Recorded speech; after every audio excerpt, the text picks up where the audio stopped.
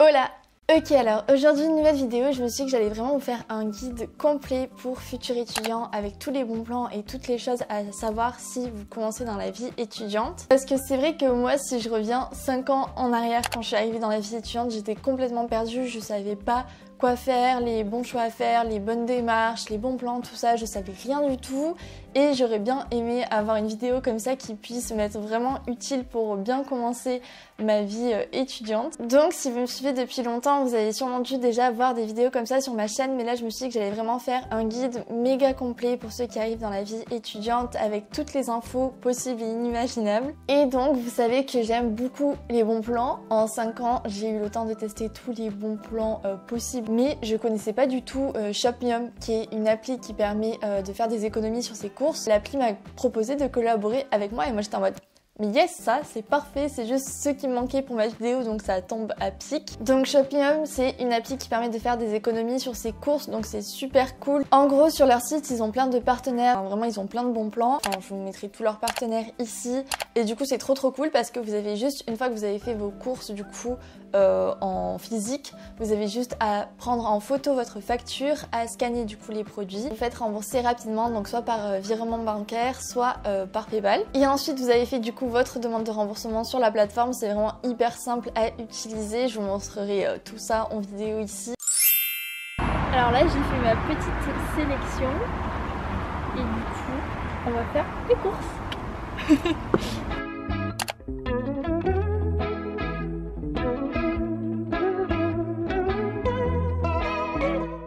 Et là les navettes of course, meilleure chose au monde. Starts to rain. The smell of steamed asphalt, scented Novocaine. Nature's brew of all kinds of things. The mountain sunk hills, sky color. Alors là c'est incroyable ce qui se passe. On a trouvé les madeleines extra moelleuses maxi pépites à moins 40%. Oh putain, je vais tout tomber. Oh, mais regarde tout ça.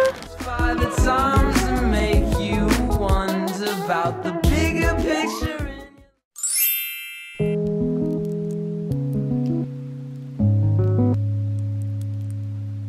Got too overwhelming, so I started running. It stopped being fun and making myself numb isn't helping. I got to learn to deal with the way I feel. If this is reality, don't know what I expected. Just for a moment. Et ce qui est cool, c'est qu'il y a beaucoup d'offres dispo, donc avec la géolocalisation, vous pouvez les retrouver hyper facilement. C'est juste trop utile pour les étudiants, je sais pas pourquoi je connaissais pas ça avant. Et en barre d'infos, je vous mettrai un code de parrainage. Et bien sûr, comme d'hab, si cette vidéo vous plaît, vous est utile, n'hésitez pas à mettre un like et à commenter, à donner vous aussi vos bons plans étudiants. Mais surtout, ce que je vous invite à faire, c'est partager la vidéo en fait à vos potes qui en auront sûrement besoin pour profiter des bons plans, tout ça. Mais d'ailleurs, n'hésitez vraiment pas à mettre en commentaire tous vos bons plans à vous parce que j'ai sûrement oublié encore des trucs. Et écoutez, c'est parti, on commence avec le logement. Donc pour trouver son appart ou son studio, on connaît bien sûr Le Bon Coin, Se Loger, Bien Ici, tous les sites comme ça. Et puis il y a aussi les agences, il y a aussi les résidences universitaires du Crous. Moi j'avais fait ça pour la première année de mes études et c'était trop cool parce que j'étais en coloc et ça s'était trop bien passé. Mais c'est vrai que c'est pas toujours évident aussi de trouver avec ces sites. Et moi ce qui m'a vraiment vachement aidé pour mes 2 derniers apparts, je les ai trouvés comme ça, c'est grâce à des groupes Facebook pour étudiants. Où là du coup tout le monde se partage les bons plans d'appart, ceux qui lâchent leur appart, etc., qui cherchent quelqu'un pour le reprendre. Et souvent c'est sans agence, c'est de particulier à particulier et du coup c'est beaucoup moins cher, beaucoup plus abordable et ça c'est vraiment les bons bails. Et en général comme c'est des étudiants de ta promo qui y vivaient, c'est pas souvent très loin de ta fac, de ton école, etc. Et c'est assez abordable, enfin vraiment moi je trouve que c'est les meilleurs bails pour trouver ces apparts, c'est vraiment allez sur Facebook, checker tous les groupes étudiants possibles et je vous jure que ça va vachement vous aider pour trouver votre appart. Maintenant, on va aborder le sujet principal qui nous préoccupe tous, la bouffe. Je pense que vous le voyez à travers mes vidéos, mais la base c'est de vraiment bien s'organiser pour vraiment avoir un budget nourriture qui soit pas non plus exorbitant. Du coup de bien préparer ses idées recettes, sa liste de courses et de voir son budget chaque semaine. Donc j'ai fait plein de vidéos à ce sujet, je vous les mettrai en barre d'infos, mais vraiment si vous pouvez vous prévoir un budget par semaine aux alentours des 30 à 50 €, je pense que c'est bien quand on a un budget étudiant. Moi c'est ce que j'avais l'habitude de faire. C'est vraiment la base. Et puis si vous voulez plein d'idées de recettes, du coup j'ai fait plus de 8 vidéos je crois avec 5 idées de recettes à chaque fois. Donc franchement vous avez plein d'idées, des plats vraiment pépites. Je dis pas ça parce que c'est les miens, mais des plats pépites, pas chers, facile et rapide à faire. Donc je vous mettrai toutes ces vidéos en barre d'infos si ça peut vous aider à vous créer justement une liste de courses et de repas pour la semaine, facile à faire, rapide, pas cher. Bien sûr, comme je vous le disais, il y a aussi Shopium qui vous permet de faire des économies sur vos courses, et il y a aussi les applis que j'adore comme Too Good To Go, Phoenix Anti-Gaspi, où là vous récupérez les invendus des supermarchés, des commerçants, boulangeries, etc. Et du coup ça vous permet d'avoir un panier d'une valeur de genre 15 € pour 4 € et des fois ça vaut bien plus en plus. Et bien plus en plus. Et je sais qu'il y en a plein qui font pas les Too Good To Go et les Phoenix Anti-Gaspi parce que ils ont peur de tomber sur un panier qui leur convient pas, etc. Mais je pense que l'idéal c'est de vraiment tester plein de Too Good To Go. Au début vous allez peut-être être déçus, mais une fois que vous avez trouvé votre commerçant de Too Good To Go où vraiment c'est pépite, vous avez un panier hyper bien fourni avec plein de choses, etc. Là comme ça vous aurez vraiment votre bon plan et je vous jure que ça vous permet de faire des économies de fou. Mais du coup le bail c'est de pas se démoraliser dès qu'on a un panier qui est pas ouf, où on a vraiment des produits qui ne plaisent pas trop, etc. C'est pas grave, vous testez un autre supermarché ou un autre commerçant. Donc là on a parlé de ma partie préférée, la bouffe, et maintenant on va aborder la partie que je déteste, c'est-à-dire les papiers. Vraiment mentise. Mais là je vais vous dire ce que me dit ma maman. Pour les papiers, il faut absolument s'y prendre à l'avance. Pour vous donner une idée, bien sûr quand vous êtes étudiant vous avez le droit à la CAF, aux APL, donc les aides au logement, et ça vous permet de faire vraiment des économies sur votre loyer.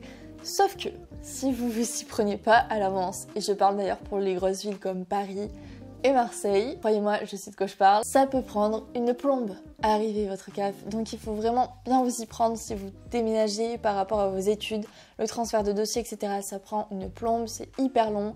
Pour vous donner une idée, moi ça fait 6 mois que je suis revenue à Marseille, j'ai toujours pas touché ma CAF, je suis censée la toucher cette semaine, je pense que je vais tout recevoir d'un coup et je vais être en mode « Oh my god, je suis riche !» Mais pour le moment, j'ai que Nini. Et quand tu paies ton loyer sans avoir les APL, c'est très compliqué. Donc ne faites pas comme moi, il faut vraiment s'y prendre à l'avance pour transférer vos dossiers, pour faire votre demande d'aide au logement. Moi je m'étais pris à l'avance, mais en soi il y avait eu un problème de déplacement de dossier, nanani nanana, donc je pense que j'aurais dû m'y prendre encore plus à l'avance.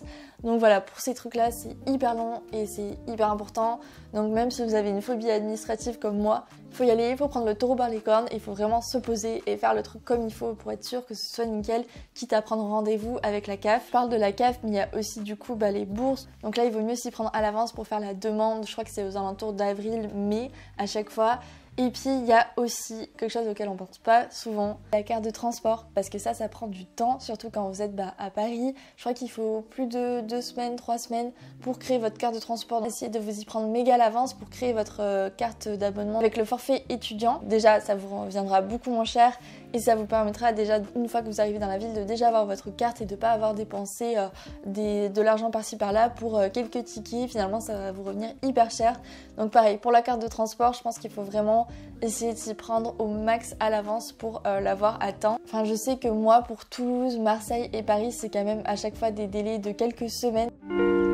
Ensuite je sais pas trop comment appeler cette catégorie, mais on va dire que c'est la catégorie dépenses bêtes, mais auquel il faut faire attention parce que mensuellement ça fait vraiment la différence. Pour vous donner une idée, on va parler par exemple de l'abonnement téléphonique, de l'abonnement à la salle de sport, de la Wi-Fi, de l'abonnement SNCF pour vous déplacer, etc. C'est vraiment des choses, si vous vous y prenez bien, vous pouvez vraiment faire au taquet d'économie sur ça. Par exemple, je sais que quand on veut s'acheter un nouveau téléphone, etc., on a plutôt tendance à prendre un abonnement avec du coup l'opérateur avec lequel on a acheté le téléphone. Mais je pense que le mieux c'est de vraiment checker pour par exemple acheter son téléphone reconditionné sur Back Market et de prendre un abonnement téléphonique vraiment pas cher. Par exemple chez Soch ou des bails comme ça. Moi par exemple je suis chez le Crédit Mutuel pour mon abonnement téléphonique, c'est ma banque et du coup ça me permet d'avoir un abonnement qui est de 8 € par mois au lieu de 40 € par exemple si j'étais chez Orange, donc c'est quand même plutôt cool. Alors là j'ai calculé et ça me fait faire 384 € d'économie à l'année, donc quasiment un loyer, donc c'est vraiment pas négligeable. Pareil pour tout ce qui est abonnement Wi-Fi, je vous conseille de vraiment faire attention à pas prendre des forfaits exorbitants. Et si vous pensez que vous n'avez pas forcément besoin de taquer de Wi-Fi, bon en ce moment avec le distanciel c'est pas recommandé, mais moi avant je me mettais tout le temps en partage de co en 4G chez moi vu que je passais mon temps en cours et du coup ça m'a permis de faire pas mal d'économies à l'année. l'année, enfin je pense au moins 250 € d'économie, donc c'est plutôt cool. Il y a aussi l'abonnement à la salle de sport qui peut parfois revenir cher. Par exemple, si vous êtes à Paris, que vous cherchez une salle de sport pas très chère, moi j'allais chez Swedish Fit et c'était trop cool, c'était des cours, c'était hyper bien fait et ça me coûtait une quinzaine, vingtaine d'euros par mois parce que du coup j'avais le forfait étudiant. Donc pour les salles de sport, faites bien attention de prendre des forfaits étudiants. Et puis of course, il y a aussi, si vous voulez vous déplacer en train, rentrer chez vos parents ou quoi, la carte jeune de la SNCF. Ça vraiment, ça sauve la vie, ça permet de faire des économies de fou. Sauf que c'est une carte qui coûte quand même assez cher dès le début. C'est une carte qui coûte 50 €. Sauf que parfois ils font des réductions où tu peux acheter ta carte pour 25 €. Et ça c'est vraiment le bon bail. Donc du coup n'hésitez pas à checker, à activer les notifications sur l'appli SNCF. Je dois me racheter ma carte bientôt parce qu'elle a été prolongée de 3 mois avec le confinement, mais du coup je vais quand même devoir la racheter bientôt. Donc je fais toujours attention à checker si je peux m'acheter ma prochaine carte à moitié prix, et si je vois qu'il y a une réduction et que du coup elle passe à 25 € au lieu de 50, bah bien sûr je vous partagerai ça sur mon Insta. Mais c'est vrai que la carte jeune vraiment ça sauve la vie, ça permet de faire des économies de fou sur ces trajets. C'est juste qu'au début ça coûte un peu cher, mais si vous faites attention de la prendre au bon moment, ça peut vous revenir à moitié prix et ça c'est pas négligeable.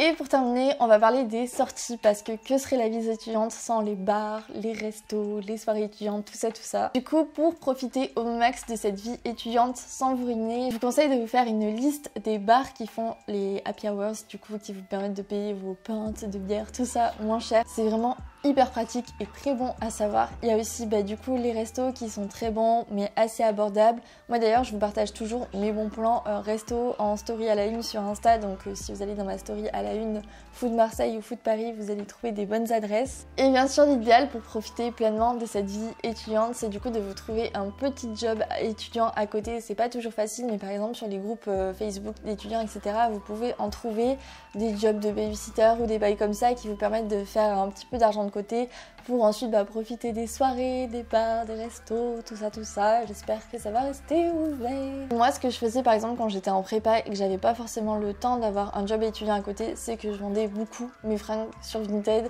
et ça m'a vraiment sauvé, ça me faisait un petit peu d'argent chaque mois et c'est super cool.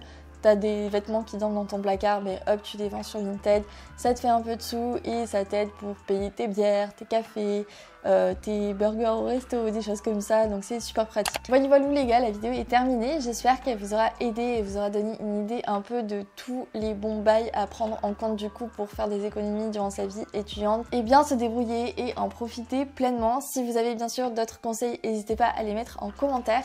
Puis moi je vous dis à très vite pour une prochaine vidéo. Les vidéos Back to School vont arriver sur ma chaîne YouTube. Et croyez-moi, je prépare quelque chose d'incroyable pour cette année parce que ça va être ma dernière rentrée. Donc ça va être complètement ouf. J'ai trop hâte. Vous êtes pas prêts. Donc si c'est la première fois que vous tombez sur ma chaîne, n'hésitez pas à vous abonner. Puis voilà, je vous fais plein de bisous. Bye. Bye.